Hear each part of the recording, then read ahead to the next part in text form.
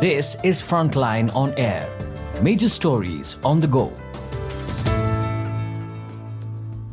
The amended Biological Diversity Act puts profits over people.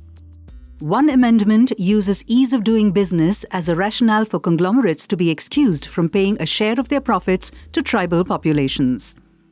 Priyansha Chouhan. On August 3, 2023, amid objections from opposition leaders, activists, stakeholders, and the Ministry of Tribal Affairs, the Biological Diversity Amendment Act 2023 received the President's assent. Among the amendments to the Principal Act of 2002 was the exemption granted to Ayush practitioners and traditional knowledge holders from paying Access and Benefit Sharing, ABS, a compensatory amount paid to tribal and other communities who traditionally gather, protect, and use herbs and medicinal plants that are also important for the Ayush industry. Ayush industry associations, Ayurvedic Drug Manufacturers Association, Ayurvedic Medicine Manufacturers Organization of India, Association for Manufacturers of Ayurvedic Medicines, and Ayush Manufacturers Welfare Association had submitted to the expert committee set up by the Environment Ministry that Indian entities are not liable to pay ABS and that state biodiversity boards, SBBs, are not entitled to collect it. Ayush is an acronym for Ayurveda, Yoga and Naturopathy, Unani, Siddha and Soarikpa, and Homeopathy, and manufacturers who sell such medicines or treatments are clubbed under the Ayush industry. The exemption, in effect, means giving the Ayush industry a free pass, explained M.K. Ramesh, Professor of Law at the National Law School of India University, Bengaluru, and former law expert at the National Biodiversity Authority. It also removes the regulatory checks that ensure the sustenance of tribal and other forest-dwelling communities who are involved in the conservation of resources. The amendment can be seen as a direct attempt to dilute a landmark 2018 judgment of the Uttarakhand High Court. On December 21, 2018, the High Court held Baba Ramdev's Ayurvedic manufacturing company, Divya Pharmacies, accountable for the non-payment of ABS and for the failure to obtain the consent of the Uttarakhand State Biodiversity Board. Just 2 weeks later, on January 7, 2019, the then Environment Minister Harshvardhan held a meeting with the then Minister of State Independent Charge for the Ayush Ministry, Shripad Naik, and Ayush industry representatives. The meeting was about the constitution of the expert committee to identify issues in the Biological Diversity Act and rules that may require changes. And a right to information inquiry revealed that Vardhan issued directions that the Ayush industry may be exempted from paying ABS. At the meeting, the Ayush industry also expressed displeasure against the SBBs, which are the state-level authorities that oversee the implementation of the Biological Diversity Act 2002, reportedly complaining of harassment. Industry associations also claimed, rather inexplicably, that the 2018 Uttarakhand High Court judgment was silent on ABS and demanded that ABS be kept in abeyance across India for the Ayush industry.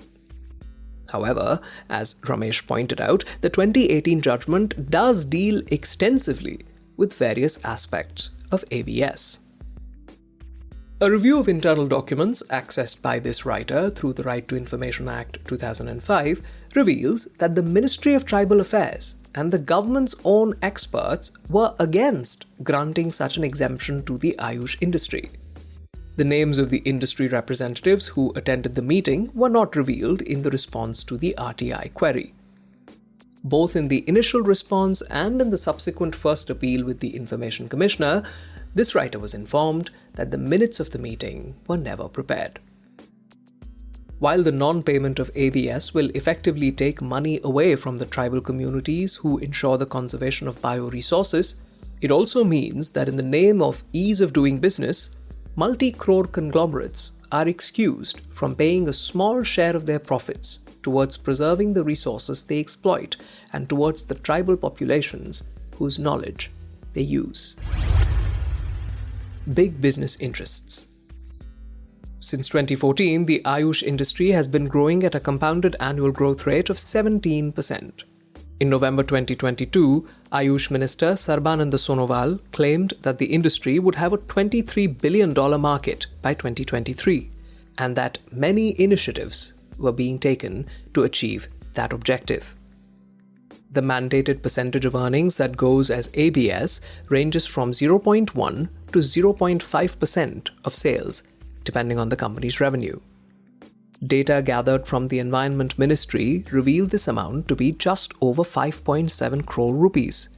Documents do not mention the financial year for the said amount. However, Rangaiah Srinivasamurthy, a former Indian Forest Service officer, pointed out, quote, Madhya Pradesh alone has the ABS potential of over 100 crore rupees a year, but the amount collected was around 1.61 crore rupees a year. Unquote. Murthy calculated the figure from a tradable bioresources list, prepared after validating it with the federations involved in the manufacture of medicinal and beauty products, two major industries that contribute to ABS, according to him. An overview of the annual turnovers of large Ayurveda companies shows that the potential for ABS could be significantly higher. This perhaps explains why the industry is lobbying hard against paying ABS. Divya Pharmacy Limited and Dabur, two of the major companies, earned 10,66,446 crore rupees and 11,529 crore rupees respectively in 2022-23, according to their financial statements and annual reports. Even a 0.5% ABS on their ex-factory sales would amount to thousands of crores. Fair and equitable.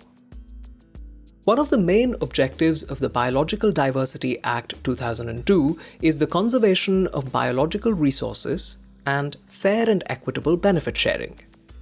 However, the Act in its amended form goes far from the original intent and gravely hampers the work of institutions that could hold large corporations accountable, because it decriminalizes all offences by removing the punishment clause and only imposing fines for violations. The Act was enacted to fulfill India's obligation to the Convention on Biological Diversity, 1992. One of the objectives of the Convention, along with the Nagoya Protocol, which was a supplementary agreement to the Convention that dealt with the fair and equitable benefit sharing of resources listed in the Convention, was the payment of ABS. Developing nations had gathered to address the misappropriation of bioresources, that is, plants, herbs, farmlands, and secure rightful entitlements for people whose resources were being extracted and exploited. This resulted in the enactment of the 2014 Guidelines on Access to Biological Resources and Associated Knowledge and Benefits Sharing Regulations. These guidelines serve as regulations to determine the amount industries are liable to pay traditional forest communities. The amended Biological Diversity Act exempts Ayush practitioners and traditional knowledge holders from paying ABS, potentially denying fair compensation to tribal and local communities. The amended Act removes criminal penalties for violations, replacing them with fines only. This weakens accountability for large corporations exploiting biodiversity resources. How it played out. Revisiting the guidelines and reviewing the Act were the main tasks of the expert committee, headed by the retired IAS officer Amarjeet Ahuja. The committee's other members were M.K. Ramesh and Sujata Arora. It was given a month's time to complete a process that involved consultation, brainstorming, and seeking comments from all stakeholders. It held joint sessions with a committee constituted by the National Biodiversity Authority, NBA, an independent national body formed to oversee the implementation of the Act. At the state and district levels, the implementation is handled by the SBBs and the Biodiversity Management Committees, respectively. A review of the file notings of the correspondence within the NBA during the discussions around the amendments revealed that it was the NBA's technical wing rather than the legal wing that was involved in the discussions. It is the legal wing that is equipped to advise and assist in legislative matters.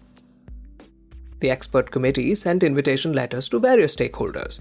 T. Ravi Kumar, NBA Secretary, in a letter dated January 26, 2019, to Dr. D.C. Katoj, advisor to the Ministry of Ayush, requested the latter to identify at least 15 members of the Ayush industry for consultation, as they are among, quote, the important stakeholders. Interestingly, members of the Ayush industry equated themselves with benefit claimers, a term that is used in the Act for the people who are the actual conservers of biological resources and who hold traditional knowledge over generations and are hence entitled to receive ABS. The Ayush Ministry agreed with the companies and compared them to Vaids and Hakims, the practitioners of traditional medicine who are exempted from paying ABS under the Act. They claimed that it was Vaids who started companies like Dabur or Hamdard. The expert committee, however, said that this was, quote, logic turned on its head by mixing the concept of conserver and knowledge creator, unquote, and shot down the argument. The demand to exempt the Ayush industry from ABS got the support of the National Medicinal Plants Board, NMPB, which is mandated to oversee matters relating to the development of medicinal plants at the Ministry of Ayush. JLN Shastri, Chief Physician at the Ayushman Ayurvedic Center, Kakinada, Andhra Pradesh, and former CEO of NMPB, likened the ABS payment requirement to GST. He said that ABS was in addition to the tax already being paid by them. Shastri proposed an alternative NMPB Vriksh Ayush model instead, which would encourage Ayush industry manufacturers to buy raw materials directly from local communities, farmers, and tribes. According to him, this would bring money directly to farmers, help double their income, and generate 5,000 crore rupees for them while eliminating middlemen and leaving 10 to 20% margins for manufacturers too. Shastri contended that this would ultimately result in ease of doing business by removing the compliance requirement of intimating the SBBs. This idea saw firm opposition. J. Justin Mohan, secretary to the NBA, said in response to Shastri's proposal that the buyback agreement proposed by the NMPB was not a substitute for the globally negotiated principle of ABS. Mohan said, quote, however, NMPB is free to implement the project as an Ayush ministry scheme to support farmers involved in medicinal plant cultivation, unquote. He pointed out that the ABS amount was an incentive for those communities who conserve the biological resources and emphasized the need for approval of NBA SBB. The Ministry of Tribal Affairs also voiced its objection. In file notings, the ministry's Joint Secretary R. Jaya said the use of traditional knowledge, quote, should be pre-informed to the local communities to bring more transparency in determination of ABS. This would also safeguard the Forest Rights Act 2006, which gave tribal people and other forest dwellers a bundle of rights to secure their cultural, social, and economic fabric. The ministry further suggested devising mechanisms to include regional and local bodies like the Gram Sabha and the Community Forest Rights Management Committee in the decision-making process.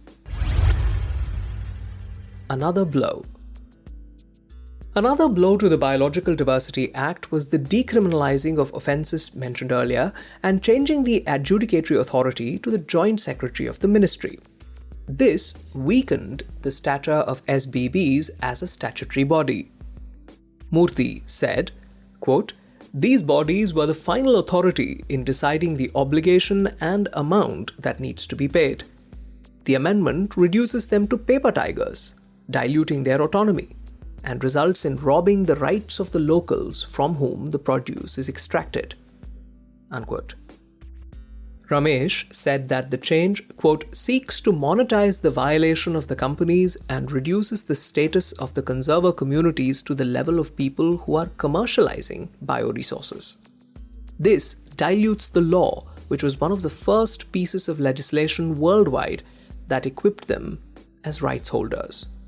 Unquote.